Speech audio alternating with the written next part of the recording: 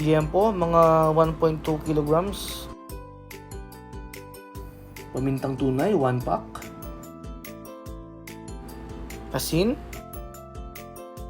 Bay leaves. Water.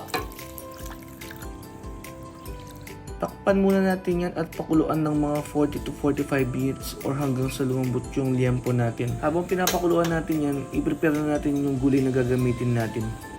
Puso ng saging, talong, petchay, sitaw.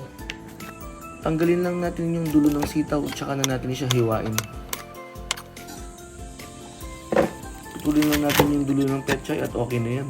Guys, yung petchay, banlawan natin mabuti ito. Minsan, meron pang mga uod dito sa loob. Kaya, dapat banlawan natin mabuti bago natin siya pakuluin. Sa talong naman, kahit anong hiwa ang gusto nyo, pwede.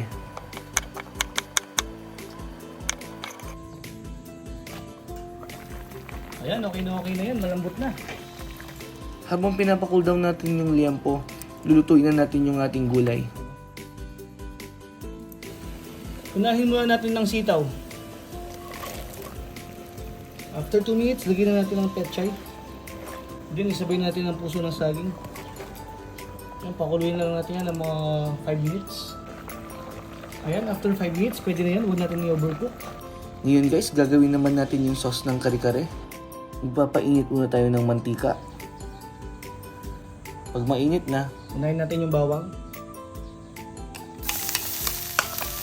Sibuyas.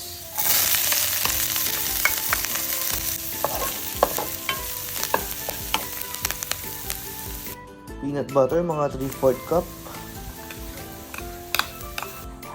Igisa lang muna natin yan ng mga 2 to 3 minutes.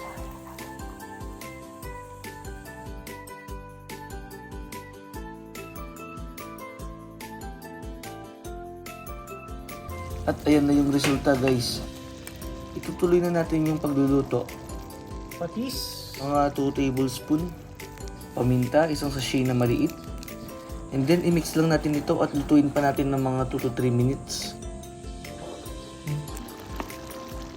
Okay, luto na to. I-set aside lang muna natin yan at mag-fry na tayo ng liempo. Habang pinapainit natin yung mantika, hiwain na natin yung liempo.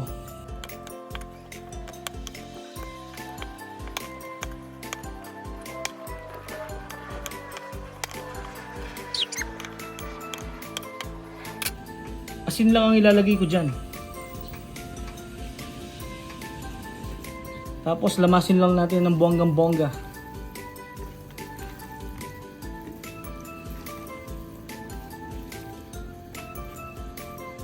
And then prituhin na natin yan.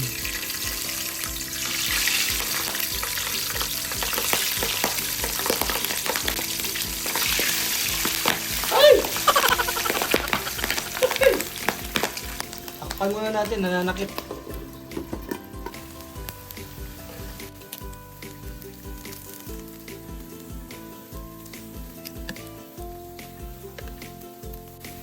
Ayan guys, luto na. I-fry ko na din yung talong guys, pero depende na sa inyo kung mas gusto niyo yung inilaga lang.